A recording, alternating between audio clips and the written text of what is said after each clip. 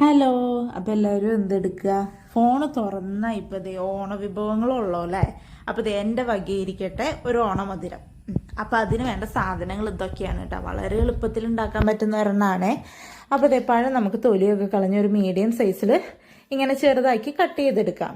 അത് ഓരോരുത്തരുടെ ഇഷ്ടമാണ് കേട്ടോ, സൈസും കാര്യങ്ങളൊക്കെ കട്ട് ചെയ്തെടുക്കുക. എന്നിട്ട് നമ്മളൊരു ചീഞ്ചട്ടി വെക്കുക, അത് ചൂടാക്കിയിട്ട് അതിനകത്തേക്ക് ഈ പഴം ഇട്ട് കൊടുക്കുക. എന്നിട്ട് ഇളക്കലൊക്കെ എൻ്റെ വെറും ഷോയാണ്, നിങ്ങളതൊന്നും ചെയ്തോളണമെന്നൊന്നും ഇല്ല. പഴം ഇട്ട് കൊടുത്ത് പഴം പുഴുങ്ങി വരാനുള്ള ആവശ്യത്തിനുള്ള വെള്ളം ഒഴിക്കുക. എന്നിട്ട് അത് അടച്ചു വെച്ച് നല്ലോണം പുഴുങ്ങിയെടുക്കുക. ഇടയ്ക്കിടയ്ക്ക് വന്ന് നോക്കണേ, വെള്ളം പറ്റിപ്പോയാൽ പിന്നെ പണി പാളിയില്ലേ.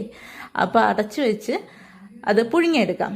അപ്പോൾ ദേ ഇതുപോലെ പതുക്കെ പതുക്കെ ആയി വരും. നോക്കി എന്ത് നല്ല ഗോൾഡൻ കളറാ അല്ലേ. അപ്പോൾ ദേ ഇനി നമുക്ക് ചെറുതായിട്ടൊന്ന് സ്പൂൺ കൊണ്ടൊന്ന് കുത്തി നോക്കാം. പഴം പുഴുങ്ങി കഴിഞ്ഞാൽ വല്ലാണ്ട് ഇളക്കി അത് കുഴഞ്ഞു പോവുകയെ. അപ്പോൾ ദേ പഴമായിട്ടുണ്ട്. ഇനി നമ്മൾ ഇടാൻ പോകുന്ന ശർക്കരയാണ്. പിന്നെ അതിൻ്റെ കൂടെ നമുക്ക് ആ ഏലക്കയില്ലേ അതും ഇട്ട് കൊടുക്കാം. ഇതൊക്കെ ഞാൻ ചിലപ്പോൾ പറയാൻ മറന്നു പോകും, നിങ്ങളൊക്കെ എല്ലാം കണ്ടറിഞ്ഞ് ചെയ്തോളുക. ഓക്കെ. അപ്പോൾ ആ ഏലക്കയും കൂടി ഇട്ടിട്ട് നമുക്ക് അടച്ചു വെച്ച് സിമ്മിൽ വെക്കണേ. ശർക്കര ഉള്ളതുകൊണ്ട് പെട്ടെന്ന് ഇങ്ങനെ അടി പിടിച്ച് പോവില്ലേ. അപ്പോൾ അത് ഇടയ്ക്കിടയ്ക്ക് തുറന്നു നോക്കി സിമ്മിൽ വെച്ച് വല്ലാണ്ട് ഇളക്കരുത്, ഇളക്കി കഴിഞ്ഞാൽ ഉടഞ്ഞു പോവും.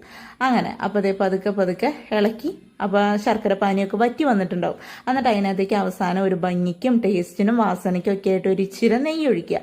എന്നിട്ട് അങ്ങോട്ട് പ്ലേറ്റിൽ സെർവ് ചെയ്യുക, കഴിക്കുക.